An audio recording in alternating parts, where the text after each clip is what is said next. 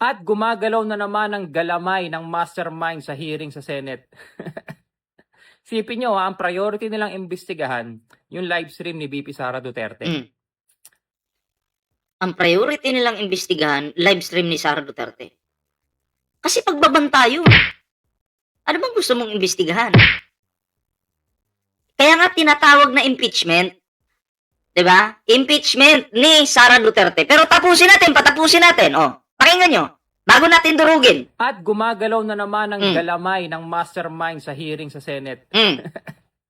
Sipin nyo ang priority nilang imbestigahan, yung live stream ni VP Sara Duterte. Ginagawa tayong bobo ng mga to eh. Kawawa ang mamamayan Pilipino, ninakawan na tayo, ginagawa pa tayong tanga. Alam nyo kung bakit yun ang priority nilang imbestigahan?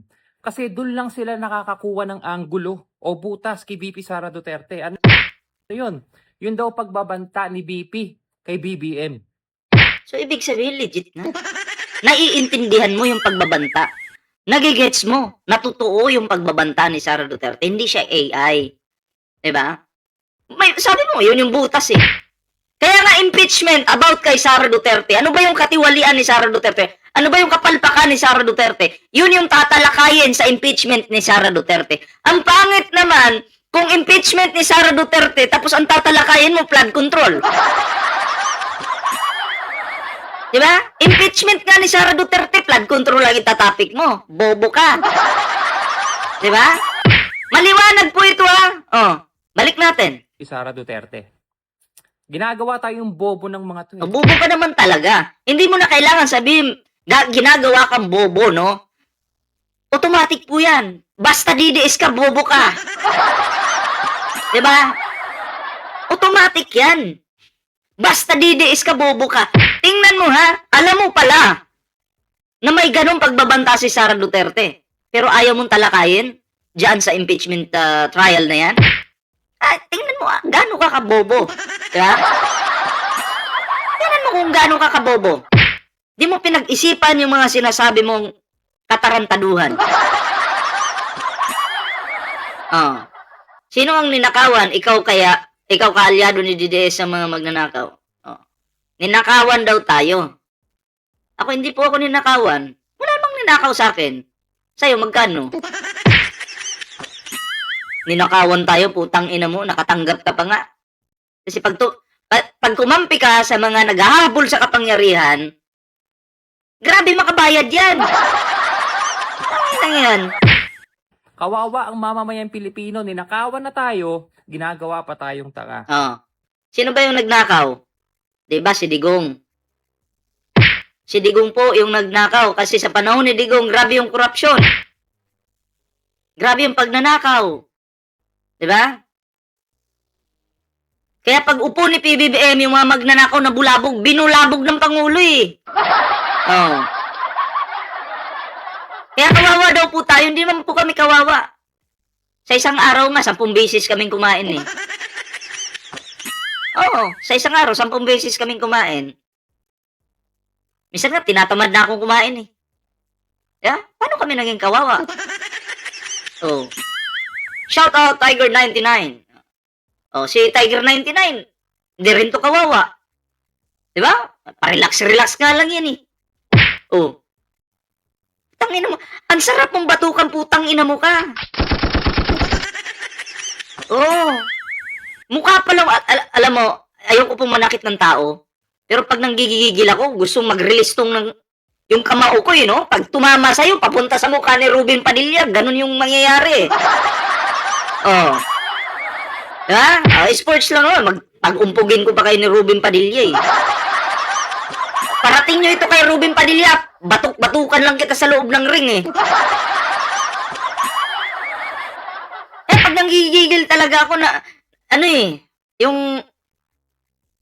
yung kamao ko parang gustong mag-release eh, no? Gustong mag-release talaga. Bangag na bangag, Ay, naku, hayop ka talaga. Alam nyo kung bakit yun ang priority nilang imbestigahan? Bakit? Ito na. Magsasalita na yung bobo. Sige. Bakit? Kasi doon lang sila nakakakuha ng Huwag kang umiwi! Putang ina! Eh! Oh, tingnan. lang imbestigahan. Kasi doon lang sila Huwag kang umiwi! Ah, wala na to. Nabigyan siguro to nung pulburon sa Davao, ah. Umingiwi! Huwag kang umiwi! Oh, sige, patuloy mo. nakakakuha ng anggulo o butas. Oh, ibig sabihin may butas nga. At dapat seryosuhin kasi ikaw mismo alam mo may butas talaga. So, seryosuhin natin. Ha?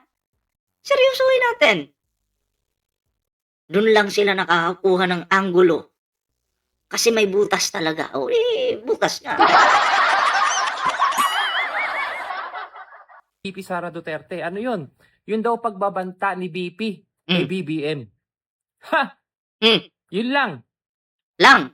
Ay pag sinabi kong ipapatay kita ngayon, pabaril kita sa bungo, okay lang sa'yo? Okay lang sa'yo yun? Ayag ka.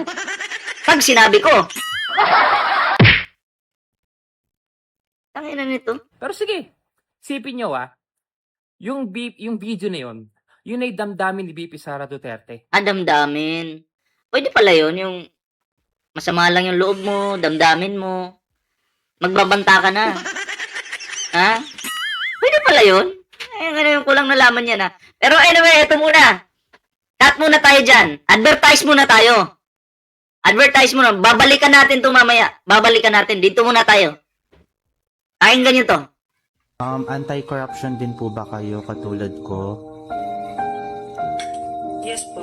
Oh, anti-corruption siya. Bakit? So galit po kayo dun sa Confidential Fund de Sara Duterte na ano? Sandali lang po. Sandali po. So galit po ba kayo sa corruption or hindi? Galit po. Oh. Eh bakit pag kay Sara Duterte sa Confidential Fund di naman kayo nagagalit? Oh, hindi makasagot, ha. Ayun na nga eh. Ano, yun na nga eh. Hindi kami galit. Hindi kami galit sa mga corruption. Ay, biglang hindi ka nagalit agad. Biglang hindi nagalit. Ganyan po yung DDS pag naiipit sila sa mga tanong. Nagluluding agad yung utak. Oh. Ito, paan muna tayo. Patalastas muna. Dapat. Kanina galit ka sa corruption, ngayon hindi na kasi madadamay sa Sara. Kasi pagka-insecure ninyo ang pagka-dispirado Ba't naman kami ninyo, yun ang na-insecure? totoo. Ba't naman kami Kasi hindi nyo na-insecure? kayang Eh, yung tatay ni bantayan Sara ang Duterte mga nakakulong. kadides. Nakaka-insecure ba yun? Yung tatay niya nakakulong? Yun naman Oh, eh. Naku, ano bakit sinas- gusto niyong palabasin? Ang gusto namin palabasin, pangit yung tatay nyo. Oh, adik yung tatay nyo. Yun yung gusto namin palabasin. Oh, tapos ang usapan. Oh, balik tayo dito. Ay, nako. Oh, tuloy po tayo, tuloy. Nung nag-confess siya na merong nangyayaring korupsyon sa administrasyon, yun ay naging behavior niya. That was hypothetical and conditional. Na kapag siya ay ginawa ng masama, maaaring may mga taong gumante para sa kanya. So, hindi Bakit mo sasabihin yun na ipapapatay mo si PBBM kung may pumatay sa'yo? Di ba dapat maglabas ka muna ng ebidensya na yung grupo ni Pangulong Bongbong Marcos, First Lady, House Speaker, or di kaya sila mismo, PBBM, First Lady, House Speaker, di ba, na nag-utos or may utos na ipapatay ka, dapat yun muna yung ilabas mo sa publiko. Diba? Ipaprint mo yung malaki talaga. O, ito po ang ebidensya. Ako si Sara Duterte. Ito po ang ebidensya na nag-utos si Pangulong Bongbong Marcos na ako ipapatay daw. Si First Lady nag-utos din. Si House Speaker nag-utos din. Ito po yung ebidensya. Ngayon, dahil hawak ko na po ang ebidensya, pag ako po'y namatay, ako po'y pinapatay, may kinausap na ako. Na huwag mong tigilan yan si Liza Marcos, BBM, at si, Martin Romualdez. Dapat ganun. Dapat may ebidensya ka. Eh, wala kang pinakitang ebidensya eh. Nagsalita ka lang agad eh, para kang tanga. Diba? Kasi kahit ako po, diba, kita nyo naman, pag may nagbabanta sa akin, kinukontent ko pa yan. Ebidensya yun. Kinukontent ko yung pagbabanta sa akin. Habang ginagatasan natin yung nagbabanta sa akin, pinagkakakitaan ko ba? Ganon tayo eh, di ba? Kaya ako, naghanap ako sa message ng yung matinding pagbabanta talaga. Wala, kasi pagkakakitaan ko sana eh. Ganun po, di ba? Ipakita mo muna sa publiko yung pananakot sa'yo ng administrasyon kung meron, or pagbabanta. Ngayon, kung wala kang maipakita, para kang alam mo yung kumuha ka ng bato na pinukpok mo sa ulo mo. Parang ganun talaga. Di ba? Nagigits niyo po yung ibig kong sabihin? Basag na naman ang bobo. Hindi yun right ang pagbabanta. Conditional yun. Ha? Pero bakit nga yun ang binibigyan diin? Kasi akala Ang pangit kasi dito, Vice President ka, okay? Pagpalagay nating walang nangyari pa. Pero kasi Vice President ka, tapos sinabi mo sa publiko na ikaw ay may kinausap ng killer, o assassin, o hitman. So, ibig sabihin, nangontrata ka. Maaari na may paunang bayad na yon. May kinausap ka ba eh? Vice President ka, may kinausap ka. Sino bang tangang assassin? Kakausapin ka ng Vice President, may ipapatira sa'yo. Gagalaw ka ba ng walang bayad? Siyempre, hindi. Kasi sabi mo pag namatay ka. So, ibig sabihin, nagbayad ka na. Kasi kahit patay ka na, kung nagbayad ka, nagagalaw yung assassin. Diba? Gagalaw yon. Kasi kung hindi mo pa siya bayad at patay ka na Sara Duterte, hindi gagalaw yon. Hindi mo binayaran eh. Pero kung patay ka na, Sara Duterte, tapos bayad mo na yung assassin, gagalaw yun. Kahit patay ka na, susundin ka nun. So, nakipagkontrata ka. Diba? Nangontrata ka. Vice President ka. Ngayon, normal ba yan sa isang Vice President? Shoutout to all Marge, Marasigang TV. Wala, baliktad ako. Yung, ang bobo talaga ng mga DDS. Basta DDS, bobo. kanila, merong impeachable offense na pwedeng ma-violate para sapat na dahilan para daw ma-impeach ang isang vice presidente. Yung hearing na nangyayari, propaganda proceeding, tama si Attorney Panelo. 'Di ba? Minimislead nyo ang taong bayan. Wala, kung talagang fair kayo, NBI, 'di ba? Bakit hindi nyo binigyan ng pansin yung confession na ginawa ni VP Sara Duterte na merong corruption? Bakit hindi nyo imbestigahan si BBM? Tanga-tanga talaga. Paano mo iimbestigahan si Pangulong Bongbong Marcos, si PBBM mismo, yung nag-open sa investigasyon sa flood control na yan? Tumutulong pa nga, nakikipagtulungan. Ngayon, ang tinamaan, yung mga kaalyado ni Digong. Meron pa nga kasama ni PBBM, tinamaan din, si Saldico. Walang pinipili ang Pangulo, basta kawatan ka, tatamaan ka. Diba? Ganon kasimple. Diba? Gamitan lang po ng utak sana eh. Sabi nga ni PBBM, kung ako yung mastermind, bakit ko sisirain yung plano ko? Bakit? Tama nga naman, kung mastermind si PBBM, dapat hindi niya pinaimbestigahan yung flood control na yan. Katulad ni Digong, alam niya may corruption sa flood control, pero hindi niya pinaimbestigahan sa panahon niya. Diba? Hindi niya pinaimbestigahan.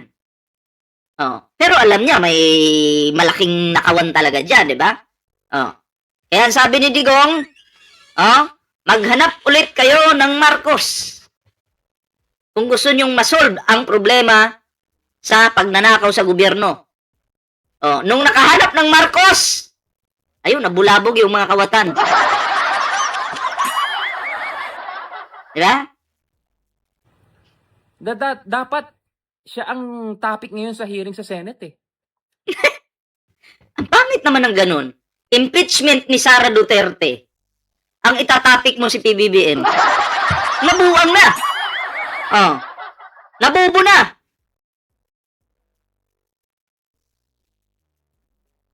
Jakita natin to. Wait lang ha. Tingnan nyo ha. Pakinggan nyo to. Yung sinabi ng tangan to. BBM. Dapat siya ang topic ngayon sa hearing sa Senate eh. Pwede po ba yun? Impeachment trial po ni Sara Duterte. Tas ang tatalakayin nyo si Pangulong Bongbong Marcos. Pwede ba yun? Wala pa akong nakitang ganun. Na ang topic nyo, ang subject nyo, science, pero ang topic nyo, Pilipino.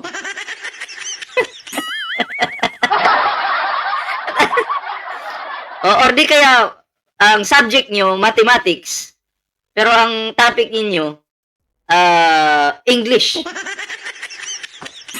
Paano yun? Paano nangyari yun? Baka bobo lang siguro ako. Paki-explain nga sa akin. Sige, ngayong 30 na, ngayong Lunes po. Ngayong Lunes. Impeachment trial ni Sara Duterte, pang-apat. Pang-apat na ba? Pang-apat na impeachment trial, okay? Ngayong sa 13 po, Lunes, impeachment trial ni Sara Duterte. Please, pakiusap po, sabi ng taong ito. Ang talakayin nyo daw po dyan, si Pangulong Bongbong Marcos. Si PBBM na lang daw po yung talakayin nyo. Pero impeachment trial po ni Sara Duterte yan, ha? Shoutout, Berador Pikwa. Sige na po. Kasi yun na yung sinabi ng gagong to, eh. Sana po, no, makinig sa atin yung Senado. Sabi niya, eh. Sabi niya, hindi ako may sabi. Nananawagan lang po ako. Impeachment trial, Sara Duterte. Ang topic doon, flood control. Utang ina. Ang layo ng lipa ng utak. Mag-adik ka pa. Yan kasi, sa kakasyabu mong putang ina mo ka, ha? Nabaliktad na yung utak mo. Alam niyo kung ako lang siguro yung presidente ng Pilipinas, yung mga ganitong klaseng tao, hindi na to sisikatan ng araw. Mawawala na, mabubura na to sa Pilipinas. Pero patago, patago. Chap-chapin pa kita, eh. Kasi ang dami na nagsasabi na siya yung mastermind. Na merong corruption na nangyayari. Isang vice presidente na magsabi. Si Sara Duterte nagsabi. Sabi ni Sara, sa panahon ng tatay ko, bago pa kami makaupo, may usapin ng nakawan ng maleta na yan. Sino ba yung nakaupo noon? Si Digong. Diba? Sabi na merong corruption. Hindi biro yun. Hindi, biro lang yun. Biro lang yun. Okay nga lang kay Digong, eh. Na nagnanakaw siya araw-araw. Isi-isi lang kay Digong, di ba? Biro lang yan. Ano yun? Sincere yun. Seryoso yun. Bakit hindi yun ang una niyong imbestigahan at bigyan ng diin? Tapos na. Nag-imbestiga na. Yung flood control na yan, nauna pang imbestigahan kumpara sa impeachment trial ni Sara Duterte. Tapos na. Nauna na. Bobo ka. Hindi ka ba updated? Nauna na. Sus, nasawa na nga ako sa content niyan, eh. Yeah? Puro na lang flood control ang mga tinatamaan, puro mga kawatan. Zaldico, yung mga kakampi ni Digong. Tapos na. Inuna na yan. Diba? Ngayon si Sara naman. Ba't di daw yun yung unahin? Hindi yata to. Kumain na ba to? At kung talagang fair kayo sa pag-iimbestiga, merong mga staff ni VP Sara Duterte na may banta rin ng buhay pero hindi nyo inimbestigahan. Tangina, stop lang yan. Ayan mo silang mamatay. Ang importante yung Pangulo. Okay? Pagbabanta sa buhay ng Pangulo. Kasi ang pagbagsak ng Pangulo ay pagbagsak natin lahat yan. Ang staff ni Sara Duterte, wala kaming pakialam dyan kahit pag-aasahin pa yun ng mga adik, patayin ng mga adik, padala sa Hague o paggamit kay Digong yan, wala kaming pakialam dyan. Pakialam namin siya staff. Tadyak-tadyakan mo pa yung staff ni Sara, eh. Wala kaming pakialam dyan. Tangina, dadamay mo na naman yung mga staff dyan. Bobo talaga. Lumalabas na bias talaga kayo. Ha? Lumalabas na bias talaga kayo? O ba? Kung presidente siguro yung staff na sinasabi mo kung sino man yun, okay? Pwede. Kailangan seryosohin. Oo. Stop lang naman yan. Mag-file na lang siya ng kaso kung sino yung nagbanta sa kanya. File na lang ang kaso, karapatan na naman niya yun eh. Di ba? Pero yung magpapapugi pa kayo dyan sa Senado para imbestigahan yung mga stop-stop na yan. Tangin na, mamatay ka na lang. Gusto niyong imbestigahan yung pagbabanta ni VP Sara Duterte, pero yung nagbanta sa staff ni VP Sara Duterte, hindi niyo inimbestigahan. Wag kang umiwi! Puki ng ina mo. Igil mo ako eh. Yan, paulit-ulit tayo. Ni-reject nyo lang. Ano na? Bias, di ba? Syempre. Stop lang yan eh. Yun lang ang tinitignan nilang anggulo. Naakala nila sapat na dahilan para magkaroon ng impeachment ang isang Vice President. Propaganda proceedings, tama. Tama si Attorney Panelo. Hindi bobo ang mamamayan Pilipino. Hindi naman talaga bobo ang mamamayan Pilipino. Pero pag katulad yung DDS, bobo. Diba? Klaro yun. Automatic bobo, manyakis, kantotero, ano pa ba? Mga pangit, diba? Adik, bangag, kayo yun. Kami hindi talaga kami bobo. Hindi, kayo lang. Gawin nyo lang. Maadik kayo sa kapangyarihan. Si Digong na-addict sa kapangyarihan, di ba? Inabuso niya yung kapangyarihan niya. Dahil sa pagiging addict at sakim ng mga Duterte sa kapangyarihan, si Sara Duterte ngayon, gustong agawin din yung kapangyarihan na hawak ni PBBM. Hindi makapag-antay na makababa si PBBM at tatat maagaw. Ano naman ganun? Mahiya-hiya ka naman. Diba? Walang hiya ka talaga. Mahiya-hiya naman kayo, no? Antayin nyo mag-2028. Tsaka kayo tumakbo. Tingnan natin kung sinong mapupusuan ng tao. Hindi yung mga agaw kayo. Diba? Pangit naman. Ang pangit naman ng ganun. Mga agaw kayo. Tapos, diba? Wala kayong ambag. Wala kayong, alam mo yun, yung wala lang kayong ginawang tama.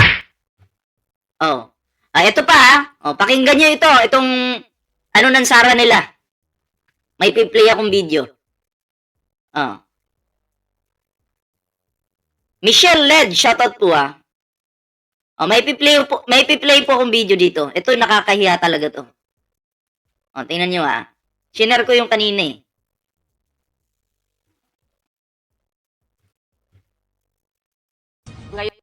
Ito. Ito po. Ganito kalaki ang nagastos ni Sara sa travel. Umabot ng 20 million. Travel lang po ito Panoorin po natin ito. Yung taon naman, umabot na sa higit 20 million pesos ang nagastos para sa local at foreign trips ng OVP. Nasa frontline ng balitang yan si Camille Samonte. Sa pagbasok ng taong 2025, sunod-sunod ang travel abroad ni Vice President Sara Duterte. Nitong Pebrero, kasama ng bise ang kapatid niyang si Kitty Duterte sa Kitty Duterte kasama sa Japan. Ang ginagastos dyan, pera ng taong bayan. Imagine po, 20 million pesos. Ano ba yan si Kitty? Public official ba yan? Di ba hindi naman? Pero, nakikinabang sa pera ng taong bayan. Di ba? Pera ng taong bayan, pinagpasarap lang nila sa Japan. Hindi lang po Japan. Iba't ibang bansa po. Di ba? Tapos yun yung gusto nyo maging pangulo. Japan para sa isang private trip. Nagpunta rin siya sa Hong Kong nitong Marso. Sa kaparehong buwan ay sinundan naman ng bise sa the Netherlands ang kanyang amang si dating Pangulong Rodrigo Duterte na nakakulong sa ICC Detention Facility. Nagpabalik-balik dyan ang bise. Bukod dyan, bumusita rin siya sa Qatar, Malaysia, Australia, South Korea. Nito namang August, sa Kuwait at France naman siya nagpunta. Ayon sa OVP, nasa 20.68 million pesos na ang kanilang gastos. 20.68 million pesos ang gastos. Pera natin yan. Pera ng taong bayan. Ngayon, sino ba yung waldas?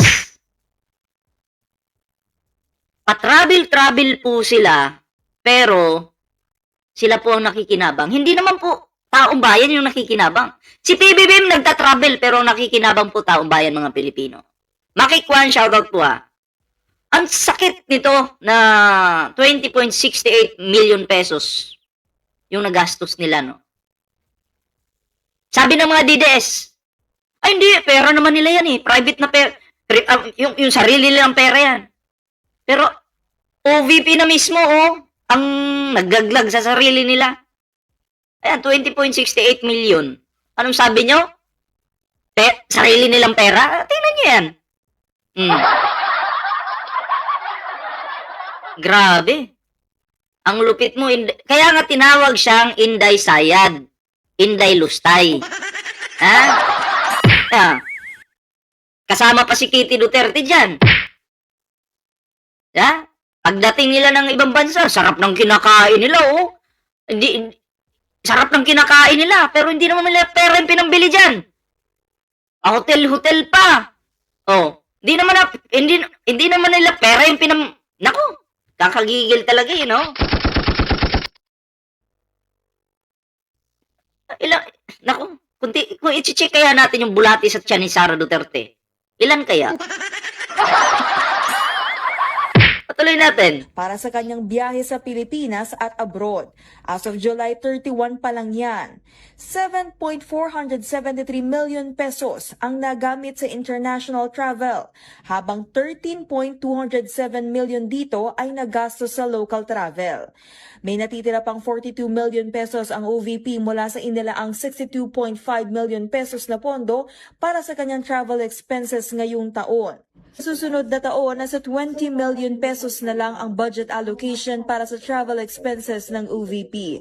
Sa ngayon, may nakatakdang biyahe si VP Sara papuntang Japan ngayong buwan, pero hindi pa kumpirmado kung tuloy ito. Ang sigurado, ang pagpunta ng bise sa Naga City ngayong Setyembre para makaisa sa Peña Francia Festival.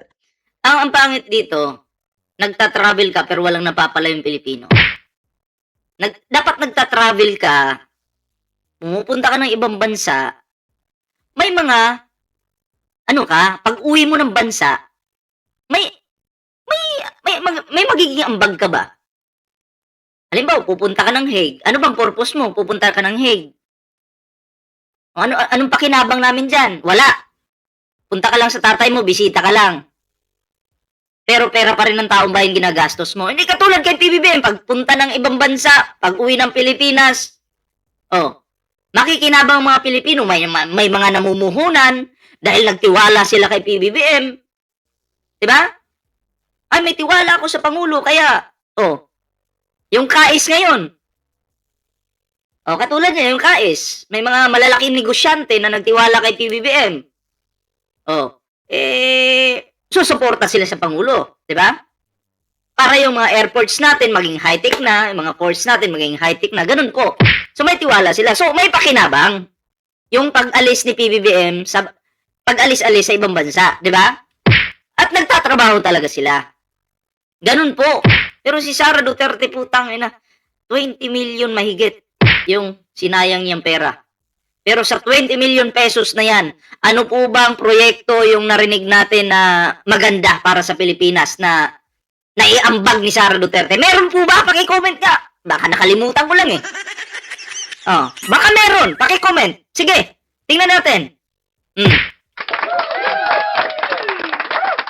Katulad nito ipipin natin to basahin natin to. Katulad ni Laura Bernardino.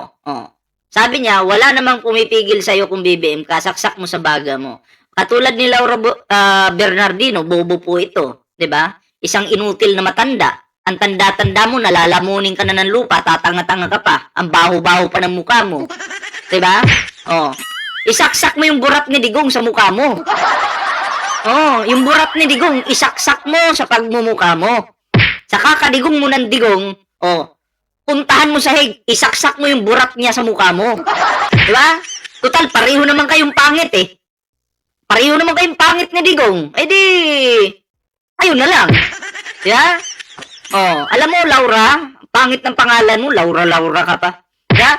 Ang gawin mo, sa kakasigaw mo ng didilis, oh, maghubad ka na rin. Hubad ka, takbo ka sa EDSA, tapos sabihin mo, ginagawa ko po ito bilang pagsuporta kay Tatay Digong para makauwi na. Ganun, maghubad ka. Total, pangit ka naman, wala namang nagmamahal sa'yo. Diba, hampas lupang basura ka pa. Gawin mo na. Oh. Para masaya. Diba? Ituro mo na yan. Insan.